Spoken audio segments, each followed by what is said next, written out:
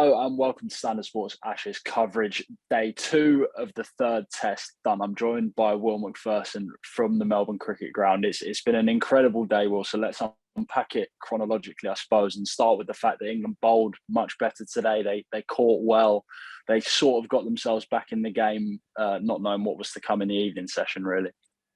Yeah, it's been a day of high drama, starting at the very start of the day and finishing right in the final couple of overs when England were sort of battling with the bat. But to me, today felt absolutely perfect for England to just capitulate.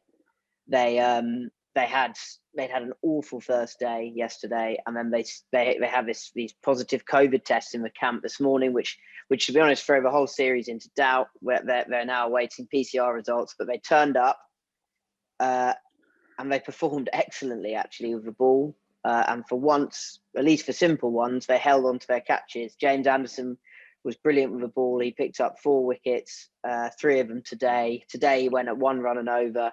It was a brilliant performance from a 39-year-old in very tough circumstances. And Mark Wood was brilliant as well.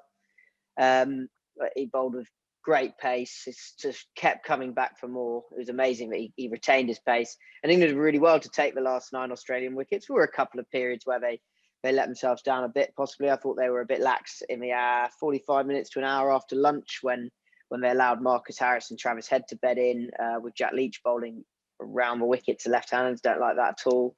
And then they probably let Australia's tail get a few too many, but that was as much to do with some decent batting from them, chancing their arm as it was to do their bowling. So yeah, it was they did great, but that set them up for a nasty final hour where Australia were just stunning.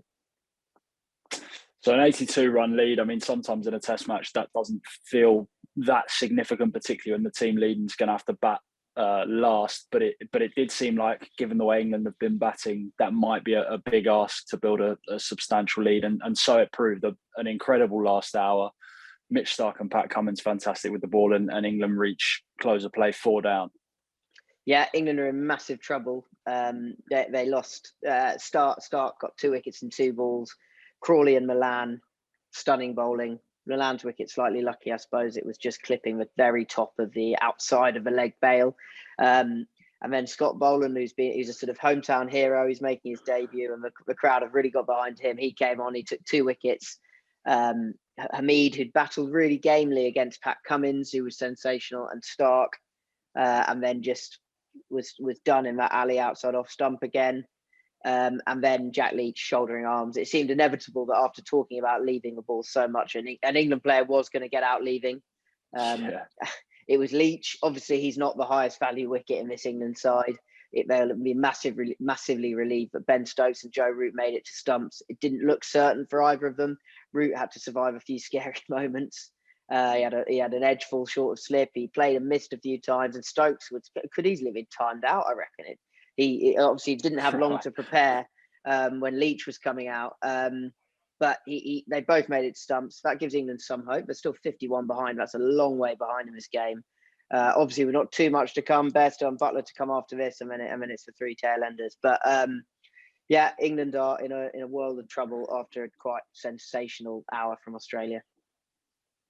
Just before we finish, a quick word on the atmosphere at the MCG, because watching from afar, I suppose a combination of COVID, reduced capacities, and the fact that it hasn't been a competitive series at all really so far, it hasn't always felt like a kind of raucous Ashes series, but today it did look like that.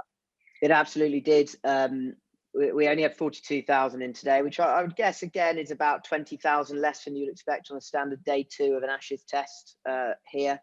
But boy, did they make some noise. It was probably the first really competitive day of the series. I know it might not look like that at the end of it because Australia bowled so well at the end. But England might have had their best day of the series today, even despite that. It's an incredible thing to say. Yeah. And it shows how poor they have been generally.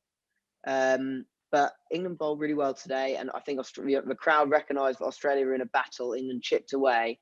And then it all kind of was unleashed in that final hour. Probably a few people have had a few drinks. They were banging on the sideboards, and the noise was quite incredible. I've been here on Boxing Day twice with full 90,000 crowds, and it probably hasn't felt as loud as it did today. It was a stunning atmosphere.